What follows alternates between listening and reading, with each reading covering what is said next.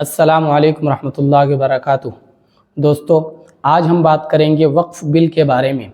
वक्फ़ तरमीमी bill, जो एक bill के ज़रिए एक नापाक साजिश रची जा रही है, एक नापाक हरकत की जा रही है मुसलमानों के ख़िलाफ़, और ये मुसलमानों के ख़िलाफ़ कैसे हैं ये भी आज हम आपको बताएंगे। और सबसे पहले हम बात करेंगे आज वक्फ़ के बारे में, फिर वक्फ़ में जो तरमीमी बिल लेकर के आ रहे हैं उस बिल के बारे में। तो सबसे पहले आज हम समझेंगे कि वक्फ़ क्या है। वक्फ़ यानी अल्लाह के रास्ते में दी हुई प्रॉपर्टीज़। जैसे मेरे पास एक ज़मीन है, इस ज़मीन को अब मैं अल्लाह के रास्ते में दे रहा हूँ कि इस ज़मीन में आप मदारिस बना लो, मकातिब बना लो, मसाजिद बना लो, या कुआं खोद दो, यूनिवर्सिटी बना लो, या हॉस्पिटल्स बना लो। किसी भी लाइन से आप इसमें कुछ भी कर लो, या ये कह दे कि आप इस ज़मीन को गरीबों के लिए इस्तेमाल कर सकते हैं। इसने मेरे पास जो ज़मीन थी मैंने अल्लाह के रास्ते में दे दिया कि आप गरीबों की मदद के लिए या यूनिवर्सिटी बनाने के लिए, हॉस्पिटल्स बनाने के लिए। तो ये हो गया वक्फ़ और मैं हो गया वाकिफ़। अब ये वक्फ़ की जो प्रॉपर्टीज़ हैं, अब ये वक्फ़ की प्रॉपर्टीज़ हो गई। अब इस प्रॉपर्टीज़ को कौन हैंडल करता है? वक्फ़ बोर्ड।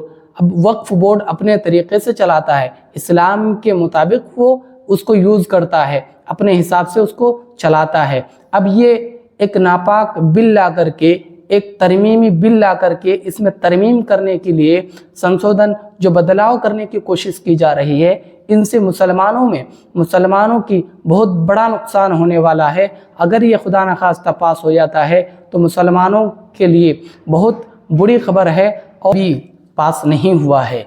इससे पहले हमारा वक्फ़ बोर्ड इस तरह का निज़ाम है अभी कि इस वक्फ़ बोर्ड को जो मुसलमानों की प्रॉपर्टीज़ हैं, मुसलमानों की जायदाद हैं, मुसलमानों की सारी चीज़ें हैं, तो ये मुसलमान हैंडल करता है, यानी मुसलमानों के अंडर है। अब ये बिल ला कर के ये सरकार, ये गवर्नमेंट ये नापाक साजिश कर रहा है कि इस बिल के ज़रिए कि ये बिल अगर पास हो जाएगा तो उसके बाद क्या होगा? आपके मसाजिद का, मदारिस का, खानकाहों का, मज़ारात का, और आपकी प्रॉपर्टीज़ जो खाली हैं वो भी अब सरकार के अंडर हो जाएगा। जब चाहे उसको वो लॉक कर सकता है, जब चाहे उसको बंद करवा सकता है, जब चाहे उसको बेच सकता है। यानी मुसलमानों के अंडर कुछ भी नहीं रहेगा।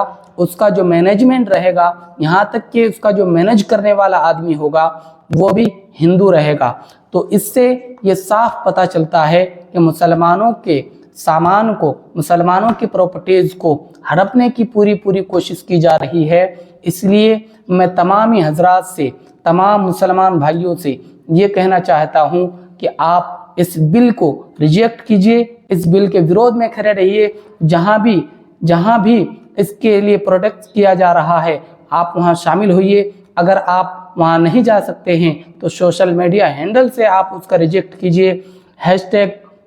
#रिजेक्ट वक्फ़ बिल करके वक्फ़ के विरोध आप हर जगह खड़े रहिए। और आपसे मैं कहना चाहूँगा कि आप अपने अकाबिर के नक्श कदम पर चलिए। आपके बड़े, हमारे अकाबिर जो हैं, हमारे रहबर जो हैं, हमारे रहबरों के कदम से कदम मिला करके चलें। वो जिस तरह से हमें इशारा करें, जब हमें बुलाए हम तैयार रहें।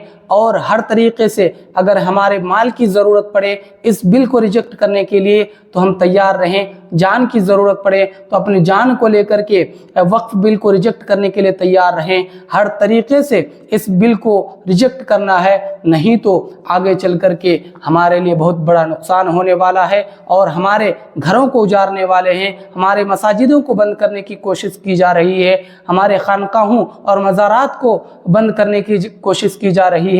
इसलिए मैं सभी हजरात से कहना चाहूँगा कि आप एकजुट होकर के, एक जगह जमा होकर के इस बिल के विरोध में खड़ा हों और इस बिल को रिजेक्ट करने की हम कोशिश करें। और जहां तक, जिस हद तक जाना पड़े हम इस बिल को रिजेक्ट करने के लिए उस हद तक जाएंगे इंशाअल्लाह। और आप सभी हजरात से गुजारिश करता हूं कि ज़्यादा से ज़्यादा آپ لوگ اس بل کے ریجیکٹ کرنے کے لیے اس بل کے خلاف کھڑے ہوں اور اپنی آواز کو بلند